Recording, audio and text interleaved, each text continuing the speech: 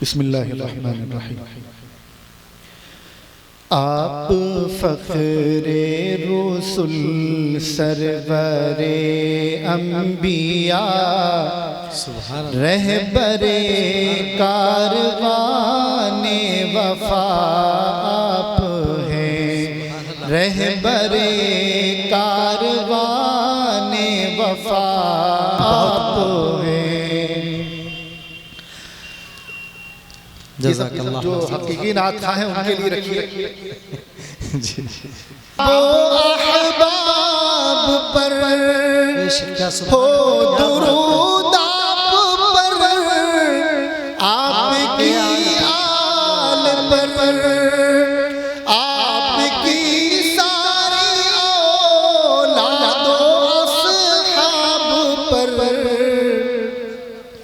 हो सलाम पर, आपके काम पर हो सलाम आप पर, आपके काम पर। अपने फैज़ी के दिल की जला आप हैं, अपने फैज़ी के दिल की जला आप हैं।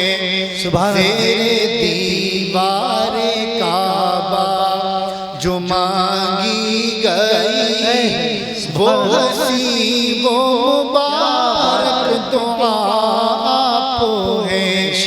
मेरे ईमान की इब्तिदा आप हैं, इल्म इरफान की इंतहा आप हैं। अल्लाह में इकबाल को जो समझता है इस शेर में खो जाएगा। और ये सब मैं किस लिए कह रहा हूँ? आज हमारे दरमियान में जमीयतुल उलमा हिंद के बहुत ही फ़ाल, एक्टिव और मुतहर्रिक नौजवानों में एक नई रूह फूंकने वाले, नौजवानों में एक नया जज्बा डालने वाले, हम नौजवानों के अंदर एक नई ताजगी देने वाले, नया हौसला, नई उमंग, नया उड़ान और नया हदफ देखने वाले हम सबके उत्तर प्रदेश के नायब सदर जमीयतुल उलमा हिंद मौलाना अमीनुल हक साहब अब्दुल्ला मौजूद हैं। मैं जज्बात को काबू रखते हुए आपकी जमीयत के ताल्लुक से आपके नेक जज्बात, आपके हौसलों की खुदा की बारगाह में हाजिर होकर ये बात की तस्दीक देता हूँ कि आपने यकीनी तौर पर नौजवान उलमा जो मुतहर्रिक हैं, जो इनकलाब हैं, जिनके ताल्लुक से मैं कह सकता हूँ टल न सकते थे, अगर जंग में अड़ जाते थे, पांव शेरों के भी मैदान से उखड़ जाते थे, जिनका ये शेबा रहा है।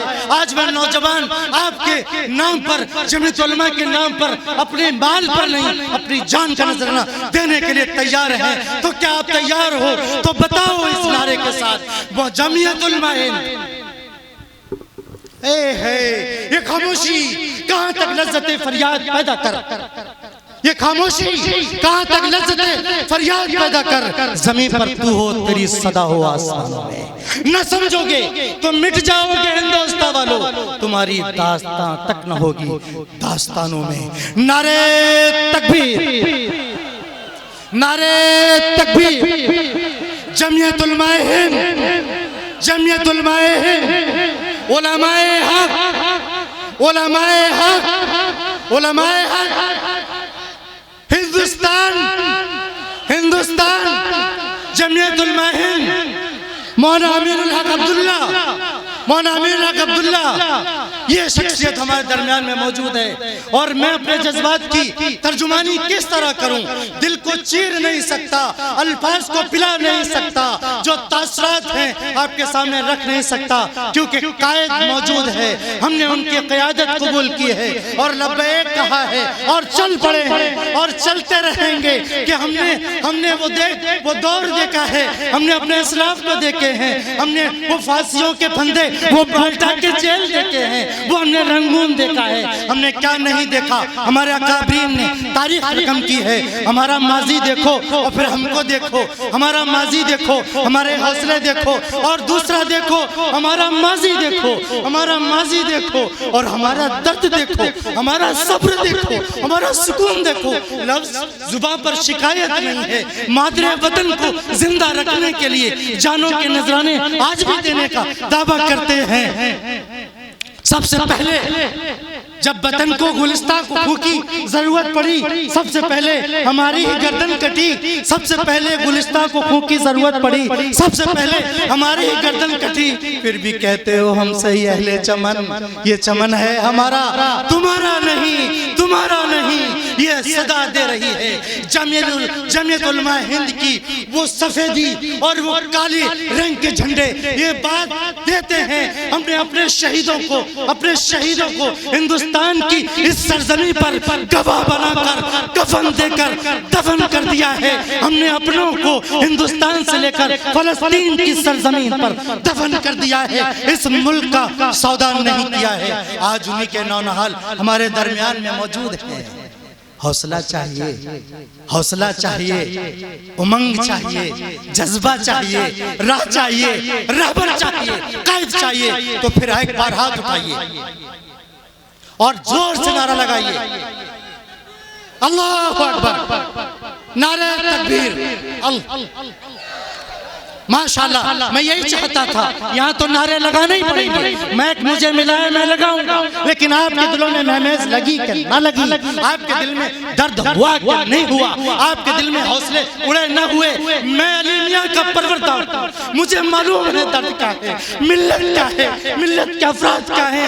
मिल्लत कुछ नहीं, अफराद से मिल्लत है, और अफराद से मिल्लत अफराद से है, और अफराद मिल्लत से है। आज हमने अफराद खो दिए, इसलिए मिल्लत बिखर गई, और मिल्लत बिखर गई तो अफराद ना मिले। मुझे कहने दीजिए, अब चुप रहने दीजिए, फिर मैं यही कहूंगा, यही लफ्ज कहकर मैं आपसे आपके रूबरू उस शख्सियत को, उस नौजवान और हौसला, हिम्मत और उमंग और अफकार और अपने असलाफ की मीरास को लेकर चलने वाली शख्सियत अमीनुल हक अब्दुल्ला को दावते सुखन दूंगा कि शहंशाहे खिताबत चले आइए, ताजदारे फसाहत चले आइए, लेके गुलजारे तैबा के गुल की मुश्कबारे खिताबत चले आइए। जनाब हजरत मौलाना अमीनुल हक अब्दुल्ला दामत बरकातहुम तशरीफ लाए। अल्हम्दुलिल्लाह व कफ़ा व सलामुन अला इबादिहिल्लज़ीना इस्तफ़ा, अम्मा बअद। फ़अऊज़ु बिल्लाहि मिनश शैतानिर रजीम, बिस्मिल्लाहिर रहमानिर रहीम। अल-यौम अकमलतु लकुम दीनकुम व अतममतु अलैकुम निअमती व रज़ीतु लकुमुल इस्लाम दीना। व क़ाल तआला मा कान मुहम्मदुन अबा अहदिम मिन रिजालिकुम वलाकिन रसूलुल्लाहि व ख़ातमुन नबिय्यीन। सदक़ल्लाहुल अज़ीम। क़ाल रसूलुल्लाहि सल्लल्लाहु अलैहि वसल्लम ला युमिनु अहदुकुम हत्ता अकूना अहब्ब इलैहि मिन वालिदिही व वलदिही वन्नासि अजमईन, औ कमा क़ाल अलैहि सलातु वस्सलाम। हज़रात उलमाए किराम और हाज़िरीन मजलिस, आज का ये प्रोग्राम तहफ़्फ़ुज़े ख़त्म नबूवत और नामूस रिसालत के उन्वान से हो रहा है। अभी मुझसे पहले इस इलाके के एक अहम रहनुमा और सरपरस्त, यहाँ दीनी खिदमत अंजाम देने वाली एक अहम शख्सियत हज़रत मौलाना तलहा साहब दामत बरकातुहू ख़त्म नबूवत के हवाले से गुफ्तगू कर रहे थे। ये जो जलसे होते हैं, ये दीन की बात सुनने और सुनाने का ज़रिया होते हैं।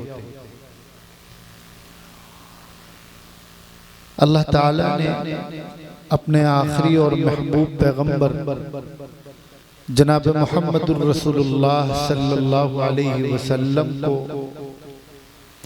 उनकी जिम्मेदारी बतलाते हुए इरशाद फरमाया, या अय्युहर रसूल बल्लिग मा उन्ज़िला इलैका मिन रब्बिक,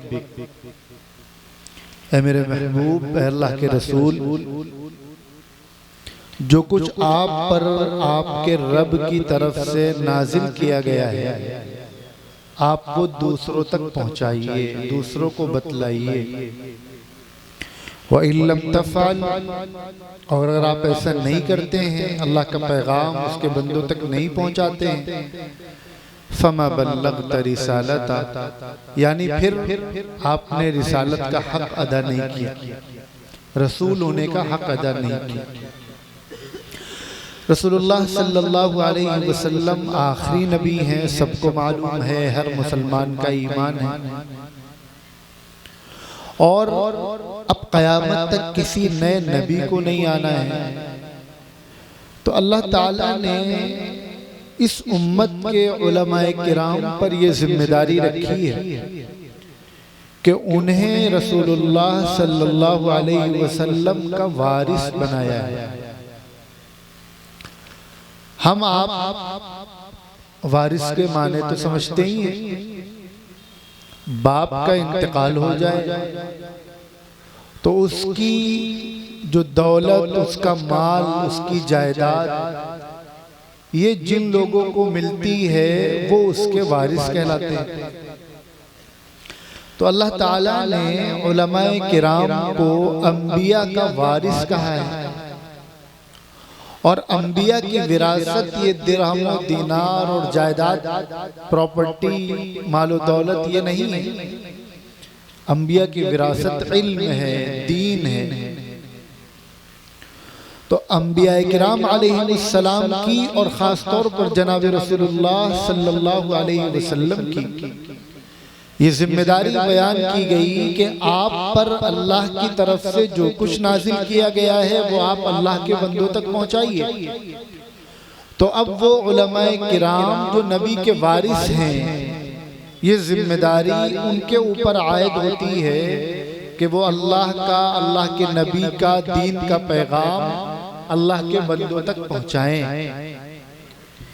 इसी जिम्मेदारी की बुनियाद पर ये जो कुछ निजाम चल रहा है, मदरसे, मस्जिदों में जुमा का बयान या इस किस्म के जलसे, ये इसीलिए मुनक्किद किए जाते हैं कि उलमाए किराम पर अल्लाह की तरफ से जो जिम्मेदारी डाली गई है वो अदा करने की कोशिश की जाए, और वो आम मुसलमान अल्लाह के बंदे जो दीन से मुकम्मल वाक़ियत नहीं रखते हैं उनको दीन से वाकिफ कराया जाए।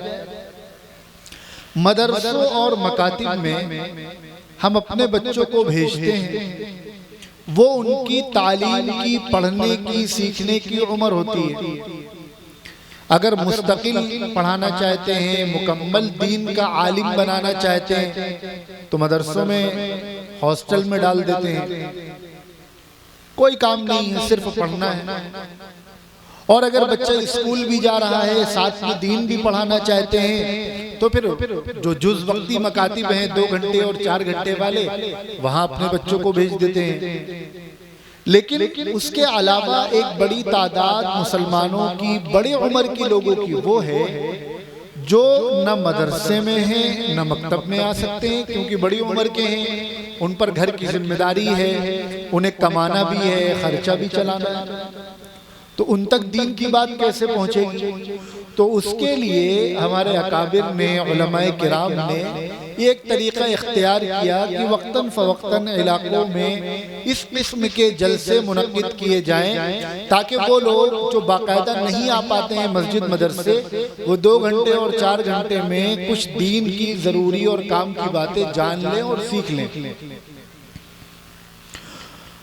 और जानने और सीखने के साथ फिर उस पर अमल करें। भाई किसी चीज का इल्म क्यों हासिल किया जाता है? दुनिया में किसी चीज का इल्म भले किसी मकसद से हासिल किया जाए, लेकिन दीन का इल्म अमल करने के लिए हासिल किया जाता है। इसीलिए मैदान महशर में जो 5 सवालात होंगे कि जिनका जवाब दिए बगैर कोई हिल भी नहीं सकेगा। उनमें एक सवाल ये होगा कि इल्म कहां से हासिल किया और उस पर अमल कितना किया। यानी सिर्फ ये सवाल नहीं होगा कि तुमको दीन की मालूमात कितनी हो गई, बल्कि ये भी पूछा जाएगा कि उस पर अमल कितना किया। इसीलिए कहने वाला भी और सुनने वाले भी, जिन लोगों को अल्लाह ने कुछ इल्म दिया है, उन्हें बहुत डरते रहना चाहिए कि जिसको मालूम ही नहीं है वो अगर अमल नहीं कर सका तो फिर भी उसके पास एक उज़्र होगा कि अल्लाह पाक हमें मालूम नहीं था। लेकिन जो लोग इल्म रखते हैं, जानते हैं, उन्होंने अगर अमल नहीं किया तो फिर इसका हिसाब सख्त होगा। अल्लाह हम सबकी हिफाजत फरमाए। ये बात मैंने इसलिए अर्ज की कि बात करने वाला, प्रोग्राम करने वाले और बात सुनने वाले जो यहाँ मौजूद हैं, ये सबसे पहले अपना ये जहन बनाएं कि हम यहाँ क्यों जमा हैं, ये प्रोग्राम क्यों किया जा रहा है। हम कोई ऐसा तो है नहीं कि मदरसे की एक रस्म है कि हर साल प्रोग्राम होगा, ये कोई रस्मी प्रोग्राम तो है नहीं।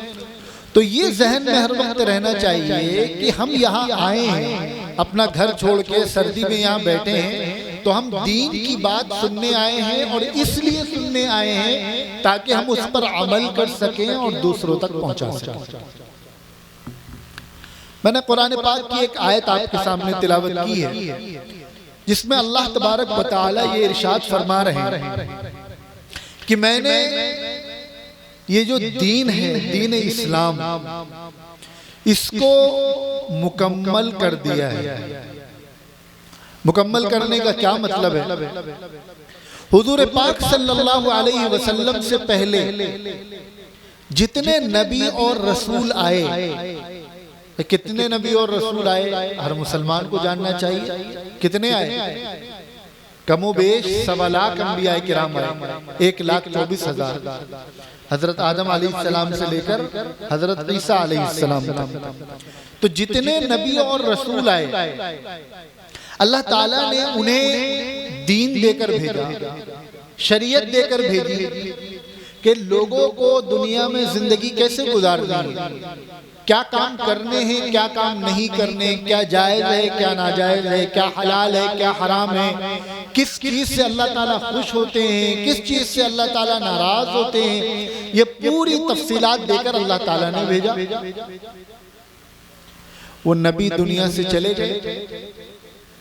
नबी के जाने के बाद शैतान ने उसमें तब्दीली कर दी। जो दीन वो लेकर आए थे उसमें बिगाड़ पैदा कर दिया। तो फिर जरूरत महसूस हुई कुछ सालों के बाद कि फिर अल्लाह ताला अपने किसी नबी को भेजे। तो फिर अल्लाह ताला अपने किसी नबी को भेजते और फिर वो दीन लेकर आते, या कोई चीज अधूरी रह गई थी पिछली शरीयत में उसे पूरा करते। ये सिलसिला चलता रहा हजरत ईसा अलैहिस्सलाम। जब हजरत मोहम्मद सल्लल्लाहु अलैहि वसल्लम तशरीफ लाए तो फिर अल्लाह ताला ने ये ऐलान फरमा दिया, अल-यौमा अकमलतु लकुम दीनकुम, आज मैंने तुम्हारा दीन मुकम्मल कर दिया है। इसका मतलब ये है कि अब हजरत आदम से लेकर हजरत ईसा तक जो भी कवानीन, जो भी शरीयत, जो भी दीन तुम्हें दिया गया वो अधूरा था। इस वजह से नए दीन की जरूरत पड़ती थी, नई शरीयत की जरूरत पड़ती थी। लेकिन अब मैंने तुम्हें मुकम्मल दीन दे दिया है। अब कयामत तक अब इसमें किसी नए दीन की, नई शरीयत की, किसी नए हुक्म की जरूरत नहीं पड़ेगी। अब जिस चीज को हमने जायज कर दिया वो कयामत तक जायज रहेगी, जिस चीज को हलाल कर दिया वो कयामत तक हलाल रहेगी, और जिस चीज को नाजायज और हराम कर दिया अब वो चीज कयामत तक हराम रहेगी, कोई उसे हलाल नहीं कर पाएगा। नमाज 5 वक्त की फर्ज हो गई, अब न ये 4 हो सकती है न ये 6 हो सकती है। पर्दा इसका हुक्म दे दिया गया, अब नामहरम से पर्दा करना है, अब यह हुक्म कभी खत्म नहीं हो सकता। तुम्हारा किबला खाने काबा है, बैतुल्लाह है, अब ये तब्दील नहीं हो सकता। शराब हराम करार दे दी गई, अब कयामत तक शराब हलाल नहीं हो सकती। दीन के जितने रोजा रमजान के चांद देखने से चांद देखने तक फर्ज करार दे दिया गया, अब ये कमी बेशी नहीं हो सकती। ये नहीं हो सकता कि रोजा 20 दिन का या 40 दिन का हो जाए, ये भी नहीं हो सकता कि रोजा रमजान की जगह शव्वाल में आ जाए या शाबान में आ जाए। अब रमजान का महीना फिक्स हो गया, कुरान के 30 पारे फिक्स हो गए हैं, अब न कम हो सकते हैं न ज्यादा हो सकते हैं।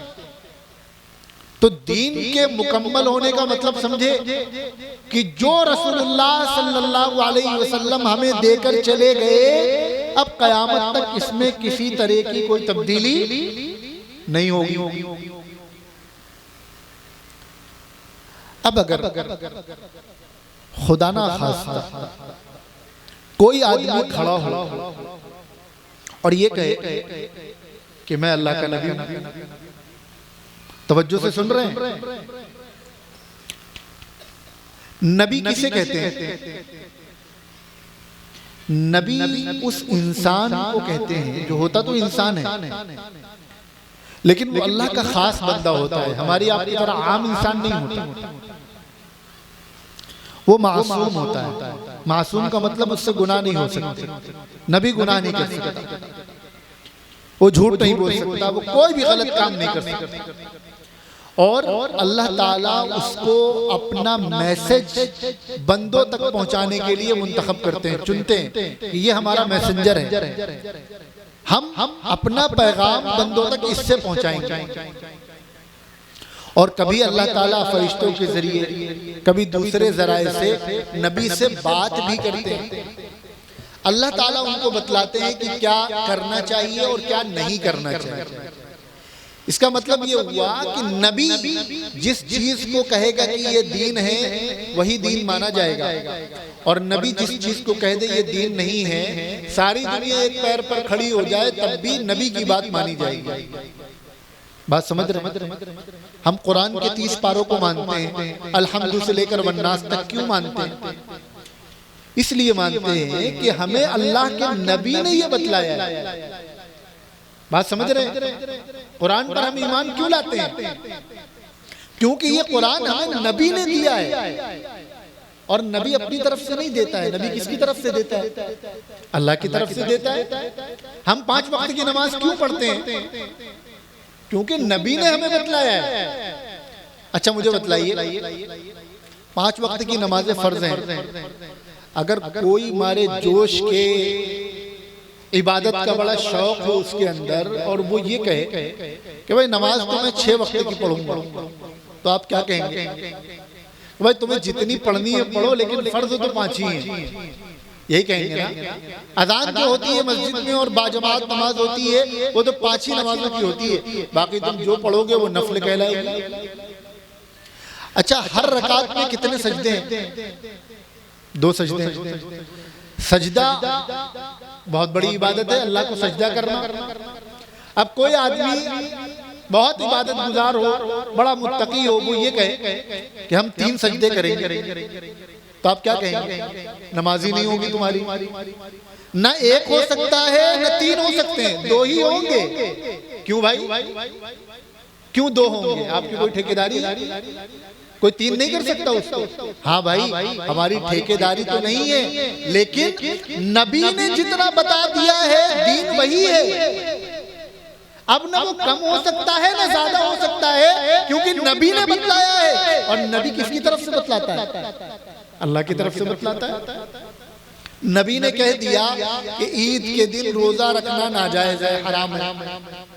अब कोई आदमी कहे यार रोजा इतनी बड़ी इबादत, रोजा इतनी बड़ी इबादत है कि अल्लाह ताला दीगर इबादतों का अज्र व सवाब फरिश्तों से दिलवाएंगे, लेकिन रोजे का अज्र खुद देंगे, अपने हाथों से देंगे। इतनी बड़ी इबादत, हम तो ईद के दिन भी रोजा रखेंगे। अब बताओ उसे सवाब मिलेगा कि गुनाह मिलेगा? जाहिर है उसको गुनाह मिलेगा। क्यों भाई? दीन नाम है नबी की बात का, याद रखना। दीन किसका नाम है? नबी की बात का नाम दीन है। नबी ने जो कह दिया बस वही आखिर है, कोई दूसरा आदमी उसमें कमी बेशी नहीं कर सकता।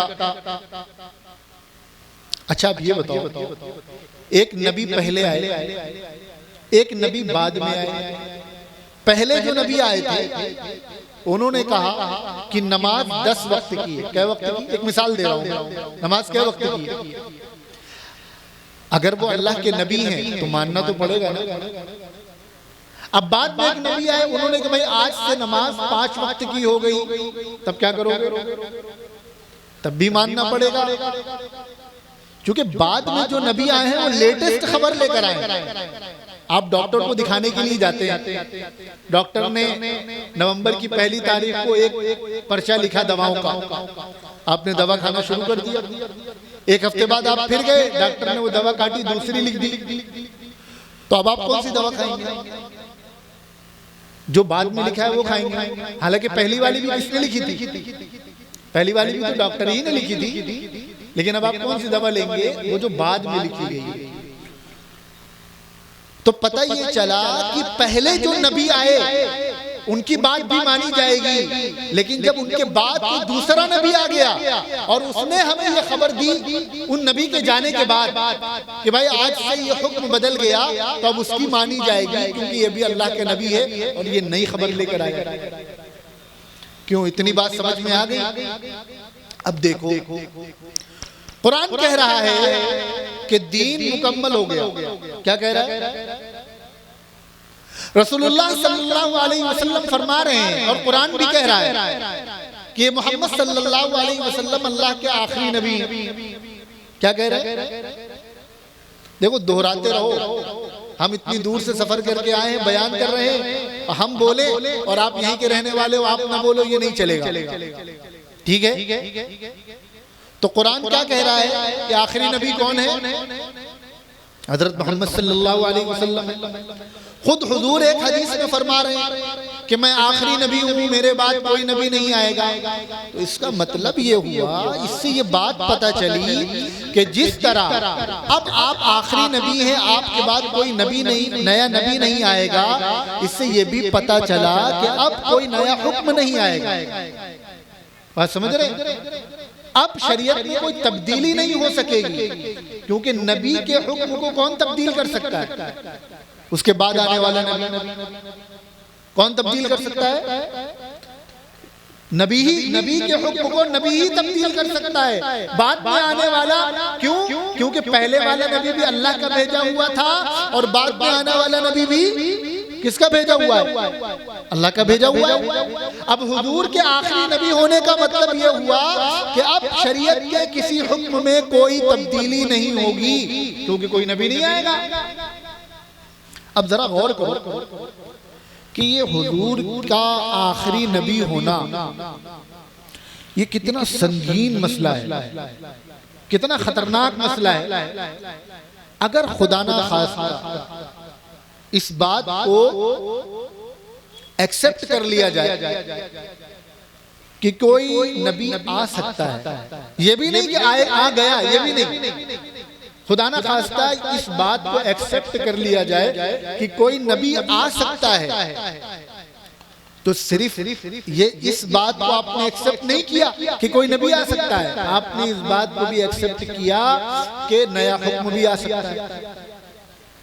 और जो पुराने हुक्म अहकामात हैं, जो पुराना ऑर्डर है, वो कैंसिल भी हो सकता है। बात समझ रहे? तवज्जो इधर रखिए। खुदा ना खास्ता हुजूर को आखिरी नबी न मानकर ये मानना कि कोई नबी आ भी सकता है, तो इसका मतलब ये हुआ कि कोई नया हुक्म भी आ सकता है और पुराना हुक्म खत्म भी हो सकता है, पुराना पर्चा डॉक्टर का कैंसिल भी हो सकता है। अब क्या होगा? नमाज 5 से 4 भी हो सकती है, 5 से 6 भी हो सकती है, सजदे 2 से 3 भी हो सकते हैं, 1 भी हो सकते हैं, किबला भी बदल सकता है। क्यों भाई? अगर किसी ने आके दावा किया मैं अल्लाह का नबी हूं और लोगों ने अपनी जिहालत की बुनियाद पर, दीन से नावाकिफियत की बुनियाद पर मान लिया, अब वो ये कहे भाई आज से किबला बदल गया है, आज से खाने काबा को सजदा नहीं किया जाएगा, अब दोबारा मस्जिद अक्सा बैतुल मक़दिस की तरफ सजदा होगा, तो माननी पड़ेगी ना। माननी पड़ेगी कि नहीं माननी पड़ेगी कि भाई अल्लाह का नबी है, ये जो बात कह रहा है ये अल्लाह की तरफ से कह रहा है। नहीं मानेंगे तो दीन से बाहर हो जाएंगे, अल्लाह के नाफरमान हो जाएंगे। अगर वो कहे कि भाई मैं अल्लाह के नबी हूं और अब अल्लाह ताला ने जैसे पहले शराब हलाल थी बाद में हराम हुई, अल्लाह ताला ने दोबारा शराब को हलाल कर दिया, तो माननी पड़ेगी कि नहीं माननी पड़ेगी? माननी पड़ेगी, क्योंकि इसने नबूवत का दावा किया है और अल्लाह न करे मानने वाले ने मान लिया है कि ये नबी है।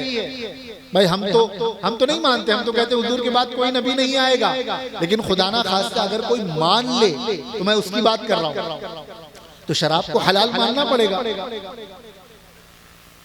और क्या क्या नुकसानात होंगे मालूम है?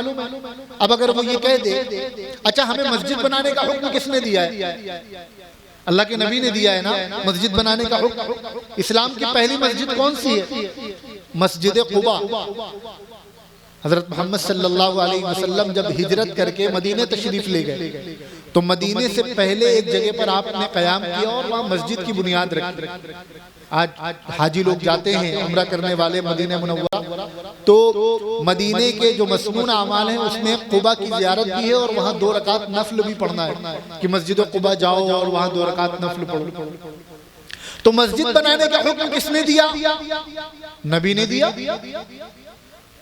और आज जो इतने झगड़े चल रहे हैं, एक मस्जिद को लेकर तो 30 साल केस चला, अब दूसरी मस्जिदों पे हाथ डाला जा रहा है। हमको उससे तकलीफ है, ये इंसाफ का खून किया जा रहा है, मुल्क के कानून की धज्जियां उड़ाई जा रही हैं, जुल्म किया जा रहा है, तो हमें तकलीफ है। हमें तकलीफ क्यों है?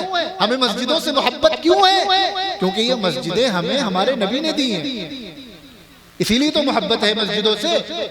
अब अगर खुदा ना खास्ता कोई ये मान ले कि हुजूर के बाद भी कोई नबी आ सकता है और वो आ गया और उसने आकर कह दिया कि भाई आज से मस्जिदों की जरूरत खत्म, आज से मस्जिदें नहीं बनेगी, अपने अपने घरों में नमाज पढ़ो, जमात की नमाज ही खत्म, तो मानोगे कि नहीं मानोगे?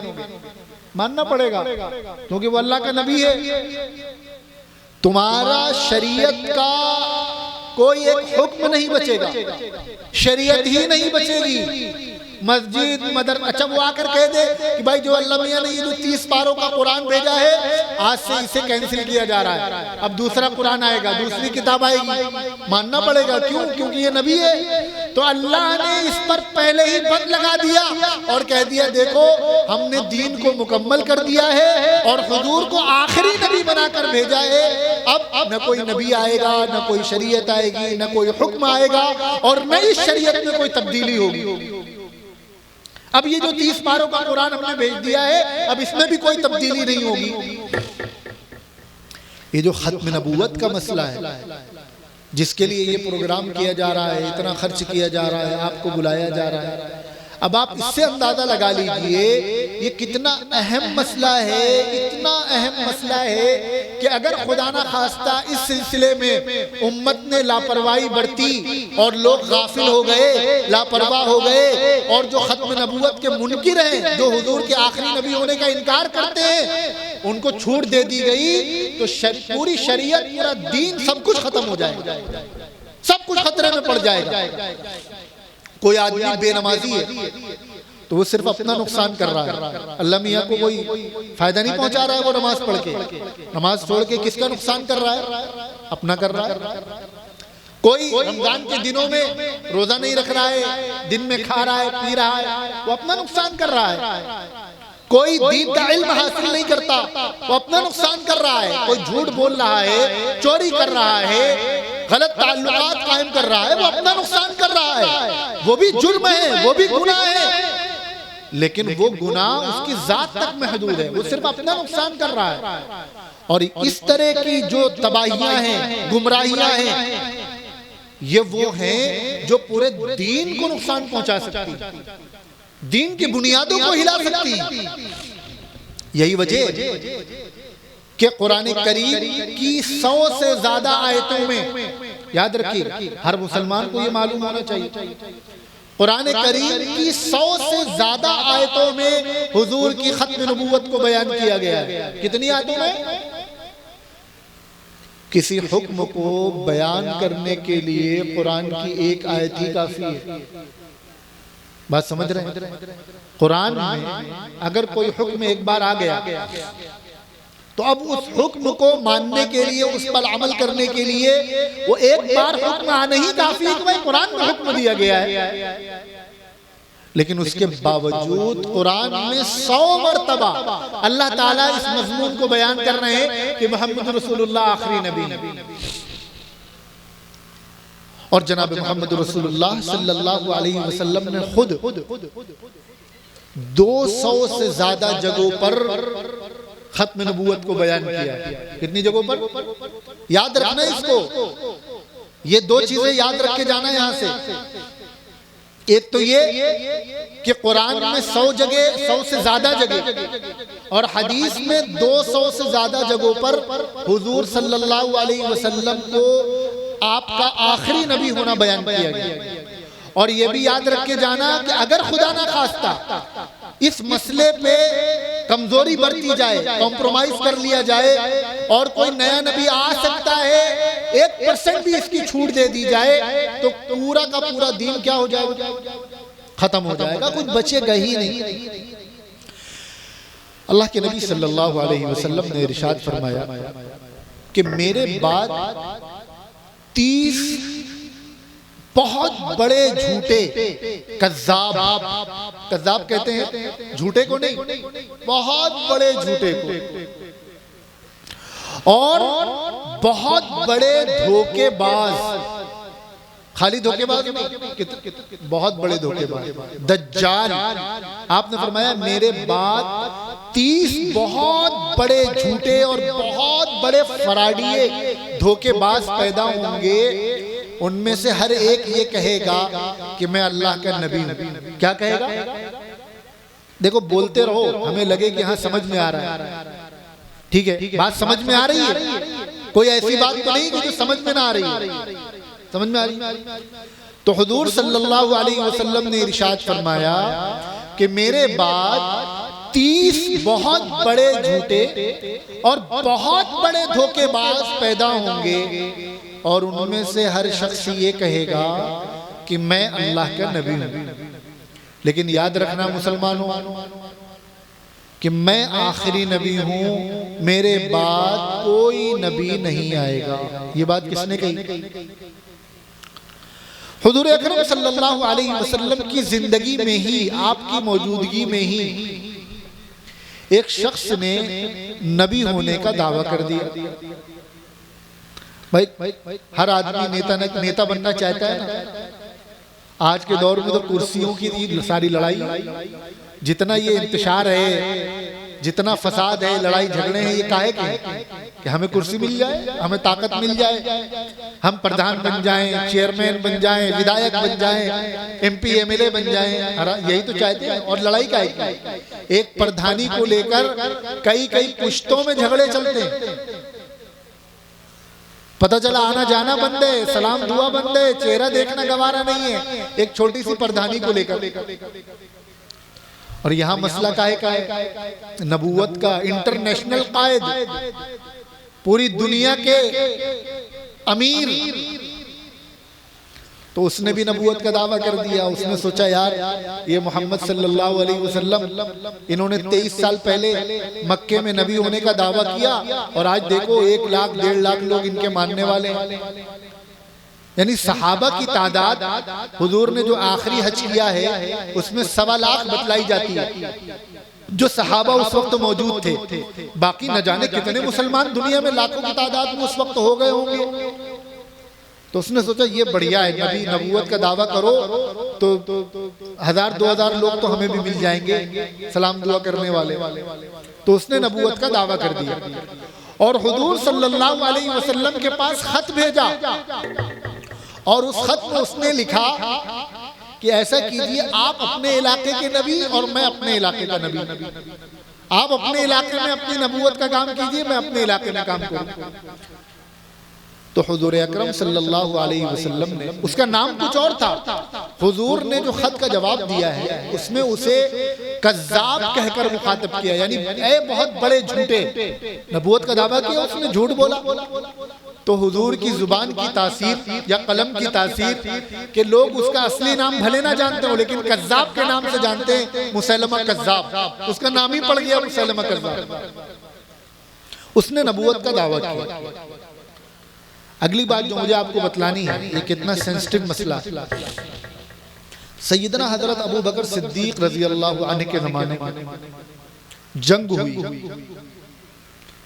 और उस जंग में उस शख्स को मारा गया। उस जंग में सैकड़ों सहाबे किराम शहीद हुए और एक तादाद आती है हुफ़्फ़ाज़ सहाबा की कि लगभग 700 हाफिज सहाबा शहीद हुए। कितने?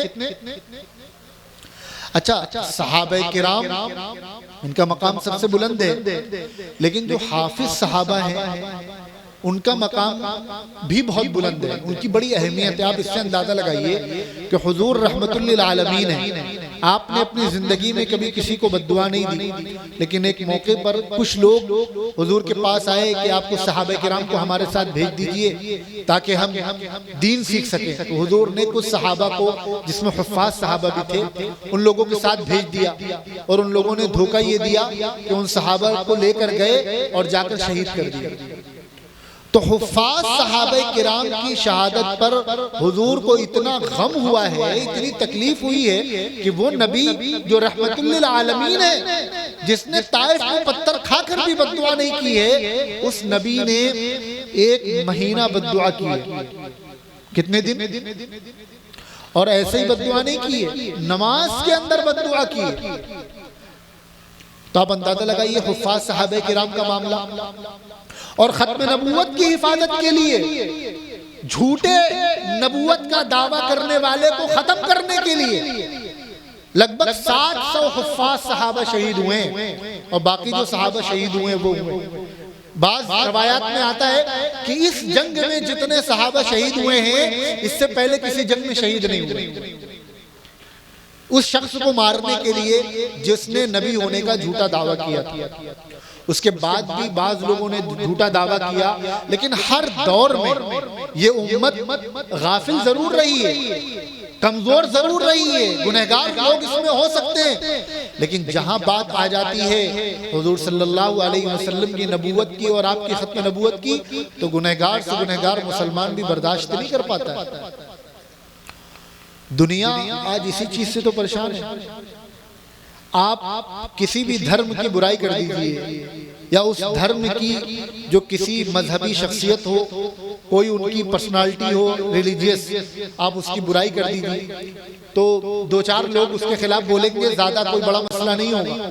लेकिन कहीं खुदा ना खास्ता कुरान के खिलाफ या हमारे नबी के खिलाफ किसी ने कुछ बोल दिया तो इसके बावजूद कि मुसलमान इतना बटे हुए हैं मसलक के नाम पर और अलग अलग नामों पर पूरी दुनिया में बटे हुए हैं, लेकिन उसके बावजूद वो चीज जो हमारे दरमियान इत्तेहाद पैदा करती है वो क्या है? वो हुजूर सल्लल्लाहु अलैहि वसल्लम की नामूस है, वो आपकी रिसालत है, वो आपकी जात है कि हुजूर को कहीं कुछ कह दिया गया तो पूरी दुनिया का मुसलमान, सुन्नी हो, बरेलवी हो, देवबंदी हो, अहले हदीस हो, किसी भी मसलक का मानने वाला हो और कहीं भी रहने वाला हो, वो एक आवाज होकर मैदान में आ जाता है कि सब कुछ बर्दाश्त है, ये बर्दाश्त नहीं, इसको बर्दाश्त नहीं कर सकते। हर दौर में जब कभी भी हुजूर की खत्म नबूवत पे डाका डाला गया, उम्मत खड़ी हुई और ऐसे लोगों को जवाब दिया गया। हमारे मुल्क हिंदुस्तान में 1839 में कब 1839 पंजाब में एक शख्स पैदा हुआ। अच्छा, 1839 में हमारे मुल्क में किसकी हुकूमत थी? किसकी? अंग्रेजों की थी ना। तो बोल क्यों नहीं रहे हैं? ज्यादा से ज्यादा क्या होगा, गलत ही बोलेंगे, सही कर दिया जाएगा, इससे भी तो नॉलेज होगी। एक शख्स पैदा हुआ जिसका नाम मिर्जा गुलाम अहमद था। क्या नाम था? शुरू से ही ये अजीब गरीब दिमाग का था। जब थोड़ा बड़ा हुआ, पढ़ने लिखने लगा, तो धीरे धीरे इसने दावे करना शुरू किए। पहले तो उसने अपने आप को बहुत बड़ा वली कहा, फिर उसने अपने आप को महदी कहा। महदी जानी? अब तुमको हम कुछ और सुनाने लगेंगे तो और 15-20 मिनट उसमें चले जाएंगे, हमारी बात अधूरी रह जाएगी। वरना अकीदे की एक बात है कि अल्लाह के नबी सल्लल्लाहु अलैहि वसल्लम ने क़यामत के करीब की कुछ निशानियां बतलाई हैं कि हजरत ईसा आएंगे, आसमान से नाजिल होंगे और हजरत महदी पैदा होंगे। कहाँ पैदा होंगे? मदीने में। उनका नाम मोहम्मद होगा, उनके वालिद का नाम अब्दुल्ला होगा और वो हजरत फातिमा की औलाद में से होंगे, सैयद होंगे और उनको अल्लाह ताला बहुत सी खुसूसियात अता फरमाएंगे। तो उसने महदी होने का दावा किया, झूठा दावा किया। मसीह होने का दावा किया, यानी ईसा होने का दावा किया। उसने मालूम है कृष्ण होने का दावा किया, राम होने का दावा किया। ये सब उसने दावा किए। अब आप अंदाजा लगा लिए उसका दिमाग कैसा होगा, थोड़ा सा खिसका हुआ था वो। तो उसने एक दावा ये भी किया कि मैं अल्लाह का नबी हूं। क्या दावा किया? क्या दावा किया? अब देखिए बहुत सारे उसने काम किए। एक काम और किया उसने, अल्लाह के नबी सल्लल्लाहु अलैहि वसल्लम इस उम्मत को जुल्म के खिलाफ, जालिमों के खिलाफ लड़ने का हुक्म देकर गए। यहां पर मैं एक बात और कह दूं, उलमा के लिए भी, अपने लिए भी और आपके लिए भी, और आपके वास्ते से दुनिया तक, जहां तक ये बात पहुंचनी चाहिए वहां तक, कि जिहाद एक बहुत मुकद्दस अमल है। जिहाद एक बहुत पाकीज़ा अमल है। जिहाद तो जुल्म के खिलाफ आवाज उठाने का नाम है, मजलूमों की मदद करने का नाम है, सच्चाई बयान करने का नाम है। जहां पर झूठ फैलाया जा रहा हो और सच्चाई से रोका जा रहा हो, तो उस सच्चाई की आवाज उठाने का नाम जिहाद है। जिहाद दहशतगर्दी का नाम नहीं है। और दुनिया में अगर कोई दहशतगर्दी कर रहा है और वो उस दहशतगर्दी को जिहाद कह रहा है, तो वो इस्लाम का सबसे बड़ा दुश्मन है। और अगर कोई वाकई जिहाद कर रहा है, जुल्म के खिलाफ आवाज उठा रहा है और तुम उसको दहशतगर्द कह रहे हो, तो तुम इंसाफ के और इंसानियत के सबसे बड़े दुश्मन हो। ये बात हमारे ज़हन में रहनी चाहिए। पता नहीं क्यों हमारे लोग डरते हैं कहने में। तो हुजूर ने, इस शरीयत ने इस उम्मत को जिहाद का हुक्म दिया। जिहाद बेकसूरों को मारने का नाम नहीं है। जिहाद जुल्म के खिलाफ खड़े होने का नाम है, मजलूमों की मदद करने का नाम है। और जिहाद को फर्ज करार दिया है कि जब इस तरह के हालात हो जाएं और जालिम आकर कब्जा हो जाए उनका, तो फिर उनके खिलाफ जिहाद फर्ज हो जाता है। जब इस मुल्क में अंग्रेजों का कब्जा हो गया और अंग्रेजों ने यहाँ के लोगों को अपना गुलाम बना लिया और जुल्म सितम के पहाड़ तोड़ना शुरू कर दिए, तो 1806 में उस वक्त के एक बहुत बड़े मुहद्दिस, बहुत बड़े मुफ्ती, उन्होंने फतवा दिया था। हजरत शाह अब्दुल अजीज मुहद्दिस देहलवी रहमतुल्लाह अलैह, उन्होंने फतवा दिया था कि अब अंग्रेज के खिलाफ जिहाद फर्ज हो चुका है। तो मुसलमान जिहाद लड़ रहे थे। फतवा शरीयत के हुक्म का नाम है और शरीयत के हुक्म पर अमल करना हर मुसलमान की जिम्मेदारी। तो मुसलमान अंग्रेज के खिलाफ जिहाद कर रहे थे। 1857, मैं ऐसे बैठा हूं, कोई दिक्कत तो नहीं है, थोड़ी सी ठंड लग रही है। 1857 की जो जंग हुई और उसमें बज़ाहिर अंग्रेज कामयाब हो गए।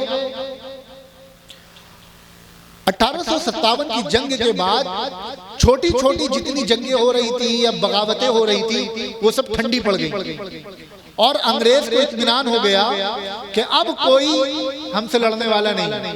अब इस मुल्क में सिर्फ हमारा कब्जा हो गया, हमने सबको अपना गुलाम बना लिया है और सबकी हिम्मत तोड़ दी है। बड़े खुश हुए अंग्रेज। लेकिन 2-4 साल गुजरने के बाद उन्होंने देखा कि हमने सबको अपना गुलाम बना लिया, लेकिन ये मुसलमान और खास तौर पे इनके मौलवी ये सुधरने का नाम ही नहीं ले रहे। इतनी 100 साल से शिकस्त पे शिकस्त, शिकस्त पे शिकस्त, हार पे हार, लेकिन इनका हौसला ही नहीं टूट रहा है, इनका हौसला ही नहीं खत्म हो रहा है। ये फिर कोई नया मंसूबा बना रहे हैं। अभी ज्यादा नहीं, 6-7 साल 8 साल गुजरे और पूरा हिंदुस्तान अभी उस गम से बाहर नहीं निकला है कि हमें इतनी बड़ी शिकस्त हो गई। ये लोग क्या कर रहे हैं, ये मौलवी लुंगी और कुर्ता पहनने वाले, ये देखो सहारनपुर के एक छोटे से गांव में एक मदरसा खोलने जा रहे हैं ताकि यहाँ अंग्रेजों के खिलाफ मुजाहिद तैयार कर सके। क्या हुआ था, सहारनपुर में एक छोटा सा गांव है देवबंद नाम का, जानते हो ना? उस वक्त के बहुत बड़े मुजाहिद जो 1857 की जंग में खुद शरीक थे, मौलाना मोहम्मद कासिम नानौतवी रहमतुल्लाह अलैह और उनके जो साथी थे, उन लोगों ने देवबंद में एक मदरसा खोला। एक अनार के दरख्त के नीचे एक उस्ताद और एक शागिर्द, उस्ताद का नाम मुल्ला महमूद और शागिर्द का नाम महमूदुल हसन। और मदरसा किस लिए खोल रहे हैं, इतनी बड़ी ताकत अंग्रेजों की, दुनिया की यूं समझ ले कि आधी दुनिया में जिनकी हुकूमत है। ये कहा जाता था कि जिसकी हुकूमत में सूरज गुरूब नहीं होता है, सूरज नहीं डूबता है, भाई जब यहाँ दिन होता है तो वहां, जब वहां रात होती है बरतानिया में तो यहाँ दिन होता है, यहाँ भी उनकी हुकूमत है। और जब यहाँ रात हो जाती है, सूरज डूब जाता है तो वहां दिन हो जाता है, वहां भी उनकी हुकूमत है। यानी ऐसी हुकूमत जिसकी हुकूमत में सूरज नहीं डूबता है, इतनी बड़ी हुकूमत, उसके खिलाफ लड़ने के लिए मदरसा कहाँ खोल रहे हैं, छोटे से गांव में। और कितने लोग हैं, 2 लोग, एक पढ़ाने वाला और एक पढ़ने वाला। अंग्रेज सोच रहे यार सब बाज आ गए, ये बाज आने को तैयार नहीं है, रिसर्च करो आखिर ऐसी कौन सी चीज है जो इनको खामोश बैठने नहीं देती, कुछ ना कुछ करते रहते हैं। उन्होंने तहकीक की, पता चला कि इनके कुरान ने, इनके नबी ने इनको एक ऐसी चीज दी है कि ये कभी चुप बैठ ही नहीं सकते, और वो चीज है जुल्म के खिलाफ लड़ने का जज्बा। क्या है, इसको एक सबक की तरह यहां से याद करके जाना। आज दुनिया में और खास तौर पे हमारे मुल्क में जो कुछ हो रहा है, हमारी वफादारी, हमारी मोहब्बत इस मुल्क के साथ है, मुल्क के संविधान के साथ है, आईन के साथ है। हमने ये तय किया है कि हम मुल्क को नुकसान नहीं पहुंचने देंगे, हम मुल्क में फसाद नहीं फैलने देंगे, हम मुल्क में इंतशार नहीं फैलने देंगे। तुम्हारा जितना जुल्म करने का दिल चाहे करो, मुसलमान ऐसा कोई काम नहीं करेगा जिससे मुल्क को नुकसान पहुंचे। लेकिन याद रखना, इस बात को कभी मत भूलना कि हमारे पैगंबर ने हमें जुल्म के खिलाफ लड़ने का हुक्म दिया है। हमारी लड़ाई कभी बंद नहीं होगी इंशाअल्लाह। लड़ाई का तरीका बदल सकता है, ठीक है, हम तलवार लेके मैदान में नहीं निकलेंगे, मुल्क का एक कानून है, हम कानून अपने हाथ में नहीं लेंगे, हम किसी को नुकसान नहीं पहुंचाएंगे, हम जाके किसी का गला नहीं पकड़ लेंगे। लड़ाई का तरीका हम बदल सकते हैं, हम लीगल रास्ते से, कानून के रास्ते से लड़ाई लड़ेंगे, हम कोर्ट के रास्ते से लड़ाई लड़ेंगे, लेकिन पार्लियामेंट के रास्ते से लड़ाई लड़ेंगे, असेंबलियों में, इलेक्शन में लड़ाई लड़ेंगे। लेकिन तुम ये सोचो कि हम लड़ाई लड़ना बंद कर दें, ये इस गफलत में कभी मत रहना।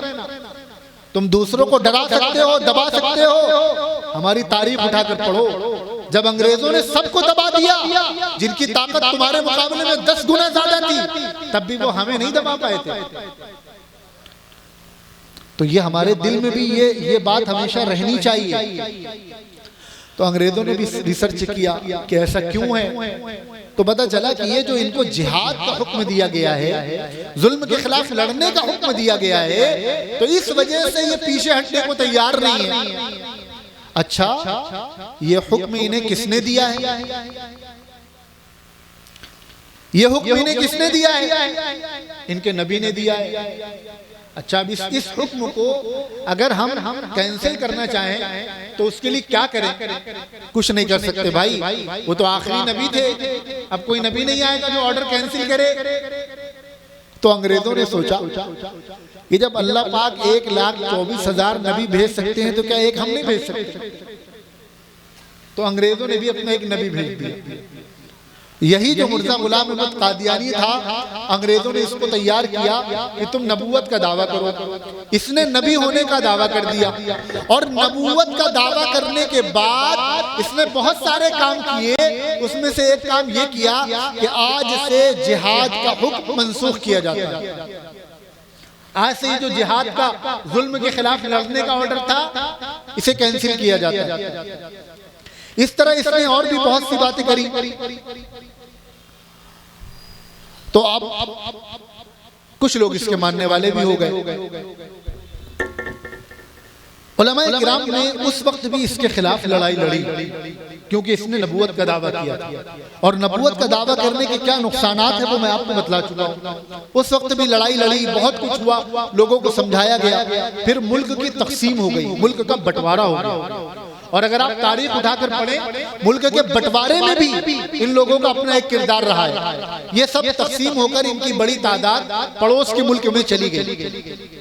1971 में 1973 में उस मुल्क में इन लोगों को काफिर करार दिया गया कि भाई जो लोग भी हुजूर को आखिरी नबी नहीं मानते हैं या मिर्जा गुलाम अहमद कादियानी को नबी मानते हैं, आज से वो सब गैर मुस्लिम है, काफिर हैं। अब उन्हें मुसलमानों का नाम इस्तेमाल करने, मुसलमानों की मस्जिदें, उनकी अजान, उनका कुरान कुछ भी इस्तेमाल करने की इजाजत नहीं है।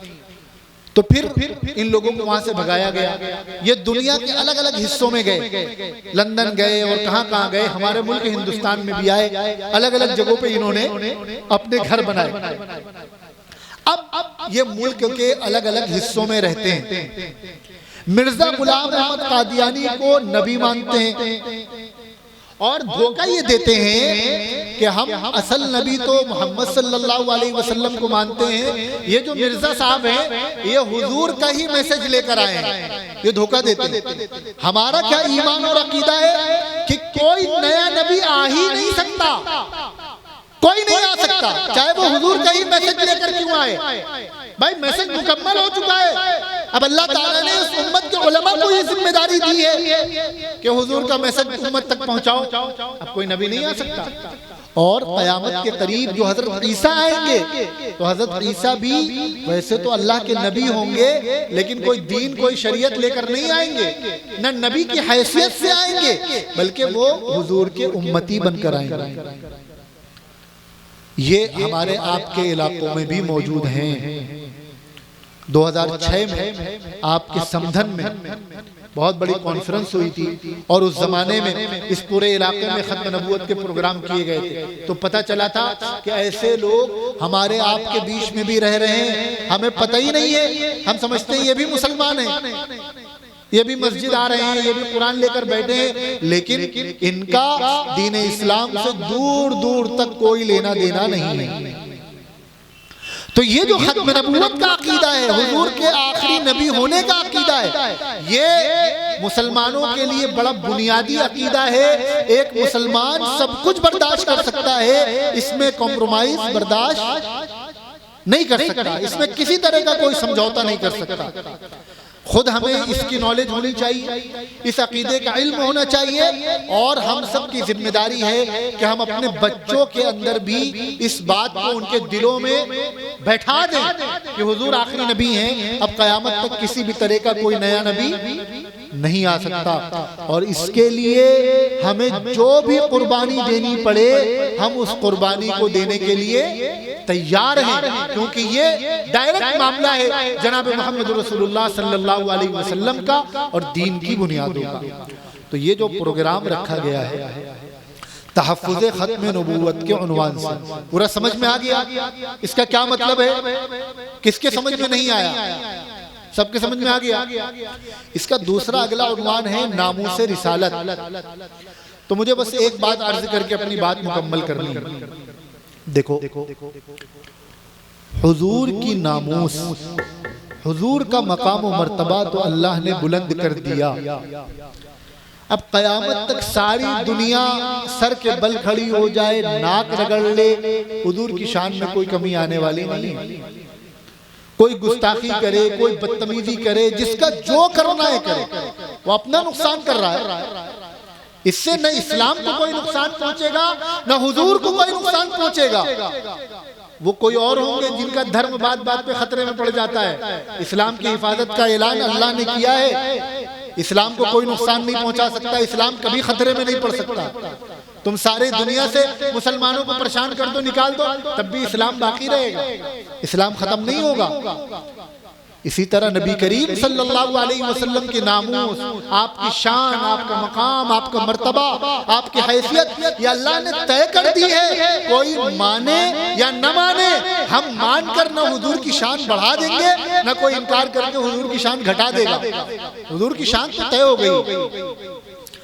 अलबत्ता दो बातें मुझे अर्ज करनी है, एक आपसे और एक आपके वास्ते से वहां तक जहां तक बात पहुंचनी चाहिए कि देखो हुजूर दुनिया में तशरीफ लाए थे हमें आपको एक सच्चा पक्का मुसलमान बनाने के लिए। काहे के लिए आए? और अगर सही मानो हम आशिक़े रसूल हैं, सही मानो में अगर हम ये चाहते हैं कि हुजूर के नामूस की हिफाजत हो, सही मानो में अगर हम ये चाहते हैं कि लोग हुजूर का एहतराम करें, अदब करें, तो हमें पहले अपने आप को इस लायक बनाना होगा। जो गैर है, दूसरे लोग हैं, वो कुरान नहीं पढ़ते हैं, वो नबी को नहीं पढ़ते हैं, वो हमें आपको देखते हैं। उनके पास कहाँ इतना मौका कि वो कुरान पढ़े? कुरान तो हम पढ़ते हैं। वो हमें आपको देखकर ये डिसाइड करते हैं कि इनके नबी कैसे होंगे। वो हमें आपको देखकर ये डिसाइड करते हैं कि इनका कुरान कैसा है, इनका दीन कैसा है। जब हमने अपनी ये इमेज बना रखी है कि मुसलमान कौन? लड़ने झगड़ने वाली कौम, एक दूसरे को परेशान करने वाली कौम, एक दूसरे की टांग खींचने वाली कौम, स्कूलों से और मदरसों से दूर रहने वाली कौम, जिसको पढ़ाई से कोई मतलब नहीं है। अभी अगर मैं इसी पर बात करने लग जाऊं कि यहाँ कितने परसेंट मुसलमान हैं और उसमें कितने स्कूल जाते हैं और कितने मदरसे आते हैं, तो ये एक अलग एक पूरा बयान इसी पर हो जाएगा। हुजूर ने तालीम की कितनी अहमियत बयान की है, लेकिन हमारे कितने बच्चे हैं जो अच्छी तालीम हासिल करते हैं। सफाई सुथराई के हवाले से शरीयत का क्या हुक्म है और हमने क्या हालत कर रखी है। ईमानदारी मामलात के हवाले से शरीयत का क्या हुक्म है, हुजूर ने क्या हुक्म दिया है और हम अपना हमने क्या हाल बना रखा है। अखलाक के हवाले से शरीयत ने और हुजूर ने क्या हुक्म दिया, हमने अपना क्या हाल बना रखा है। तो दुनिया हमें देखकर हमारे नबी के बारे में फैसला करती है। कहीं ऐसा तो नहीं, ऐसा तो नहीं, अल्लाह न करे ऐसा हो कि हमारी नालायकी की वजह से दुनिया इस गलत फहमी में मुब्तला हो गई कि इनके नबी भी ऐसे होंगे। कहीं ऐसा तो नहीं है, यकीनन ऐसा नहीं होगा। लेकिन खुदा न खास्ता अगर ऐसा हुआ कि हमारी नालायकियों की वजह से हमारे नबी की छवि खराब हुई, तो आप समझ लें हमारे लिए कितना ये अफसोस का मकाम है, डूब मरने का मकाम है, गैरत से जमीन में गड़ जाने का मकाम है कि हमारे किसी अमल से हमारे नबी की बेइज्जती हो, आपकी शान में आँच आए। तो नामूसे रिसालत अल्लाह ने तो महफूज कर दिया है। हम ये चाहते हैं कि हम इसकी हिफाजत करने वाले बन जाएं, तो नारा लगा देने से और रोड पे निकल जाने से इसकी हिफाजत नहीं होगी, खुद को हुजूर के मुताबिक बनाने से इसकी हिफाजत होगी। कि दुनिया हमें देखे तो देखकर कहे कि जब मोहम्मद रसूलुल्लाह के मानने वाले ऐसे हैं तो वो कैसे होंगे। और दूसरी बात जो मुझे दूसरे लोगों से अर्ज करनी है कि देखो एक मुसलमान सब कुछ बर्दाश्त कर सकता है, लेकिन अपने नबी की शान में गुस्ताखी बर्दाश्त नहीं कर सकता।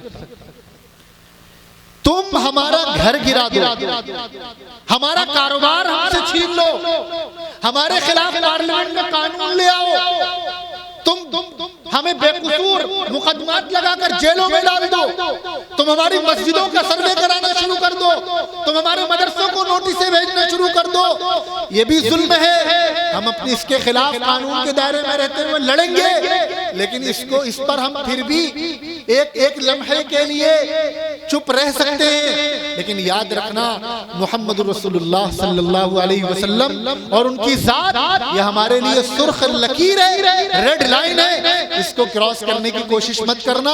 मुसलमान अपना सब कुछ कुर्बान कर देगा, लेकिन मोहम्मद रसूलुल्लाह की शान में एक हर्फ भी आ जाए इसको बर्दाश्त नहीं करेगा। हमारी सब्र को हमारी कमजोरी मत समझो। सब्र का हुक्म हमें हमारे कुरान ने दिया है, हमारे रब ने दिया है। या अय्युहल्लज़ीना आमनुस्तईनु बिस्सब्रि वस्सलाह।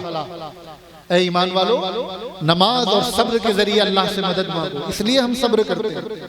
हमारे मजहब में सब्र करना इबादत है, सवाब है, इसलिए हम सब्र करते हैं। हमारी सब्र को हमारी कमजोरी मत समझो।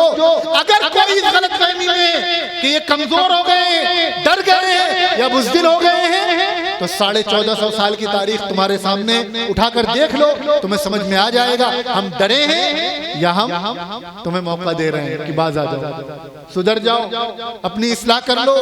हमारे सब्र का इम्तिहान मत लो। तो अल्लाह तबारक व तआला इस प्रोग्राम को कबूल फरमाए, हमको अपने महबूब नबी का सच्चा उम्मती बनाए, आपके मुताबिक जिंदगी गुजारने वाला बनाए और आपके खत्म नबूवत के अकीदे पर ईमान लाने और दूसरों तक पहुंचाने की तौफीक अता फरमाए। और जो बातें दूसरों के लिए कही गई हैं, अल्लाह करे कि ये बात उन तक पहुंच जाए और अल्लाह उन्हें भी अक्ल सलीम और हिदायत अता फरमाए। व आखिर दावाना अल्हम्दुलिल्लाहि रब्बिल आलमीन। मकसूद मोमिन नमाले गनीमत किस्म कुशाई। आप लोग बैठे रहे, इंशाल्लाह अभी निकाह होगा, हज़रत निकाह पढ़ाएंगे, उसके बाद इंशाल्लाह प्रोग्राम जारी रहेगा।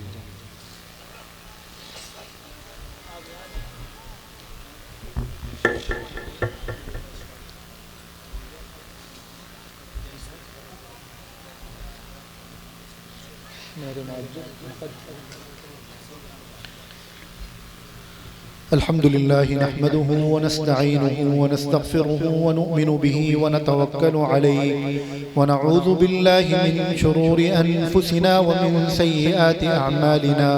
मन यहदिहिल्लाहु फला मुदिल्ल लहु व मन युद्लिलहु फला हादिय लहु।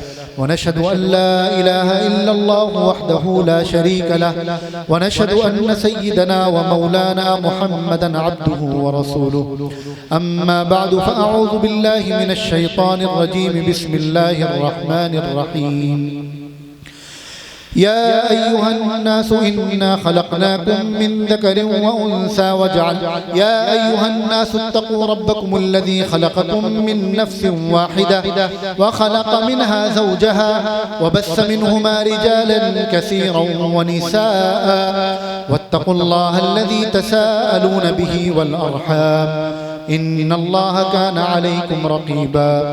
या अय्युहल्लज़ीना आमनु इत्तक़ुल्लाहा हक़्क़ तुक़ातिहि वला तमूतुन्न इल्ला व अंतुम मुस्लिमून। या अय्युहल्लज़ीना आमनु इत्तक़ुल्लाहा वक़ूलू क़ौलन सदीदा युस्लिह लकुम अअमालकुम व यग़फिर लकुम ज़ुनूबकुम व मन युतिइल्लाहा व रसूलहु फ़क़द फ़ाज़ फ़ौज़न अज़ीमा। क़ाल अन्नबिय्यु सल्लल्लाहु अलैहि वसल्लम मन इस्तताअ मिनकुमुल बाअत फल्यतज़व्वज फ़इन्नहु अग़ज़्ज़ु लिलबसरि व अहसनु लिलफ़र्ज। व क़ाल अलैहि स्सलातु वस्सलाम अन्निकाहु मिन सुन्नती। व क़ाल फ़ी मौज़िइन आख़र मन रग़िब अन सुन्नती फ़लैस मिन्नी औ कमा क़ाल अलैहि स्सलातु वस्सलाम। मोहतरम जनाब मोहम्मद मुईन खान साहब, मोहतरमा गुड़िया खातून सल्लमहा जो साहिबजादी हैं जैसू खान साहब की, इनके वकील हैं डॉक्टर मोहम्मद आकील साहब और गवाहान हैं मोहम्मद दिलशाद खान साहब और मोहम्मद इफ्तिखार साहब। महर है 8 ग्राम सोना बशक्ल जेवर, 100 ग्राम चांदी नकद, महर मुअज्जल। मैंने गुड़िया खातून सल्लमहा का निकाह आपके साथ मज़कूरा वकील और गवाहों की मौजूदगी में 8 ग्राम सोना बशक्ल जेवर, 100 ग्राम चांदी नकद महर के एवज़ आपके साथ किया। क्या आपने इन्हें अपने निकाह में कबूल किया? हाँ जी, कबूल। बारकल्लाहु लकुमा व बारक बैनकुमा बिल खैर। दुआ बाद में हो जाएगी जब प्रोग्राम के बाद। अल्लाह बहुत मुबारक करे।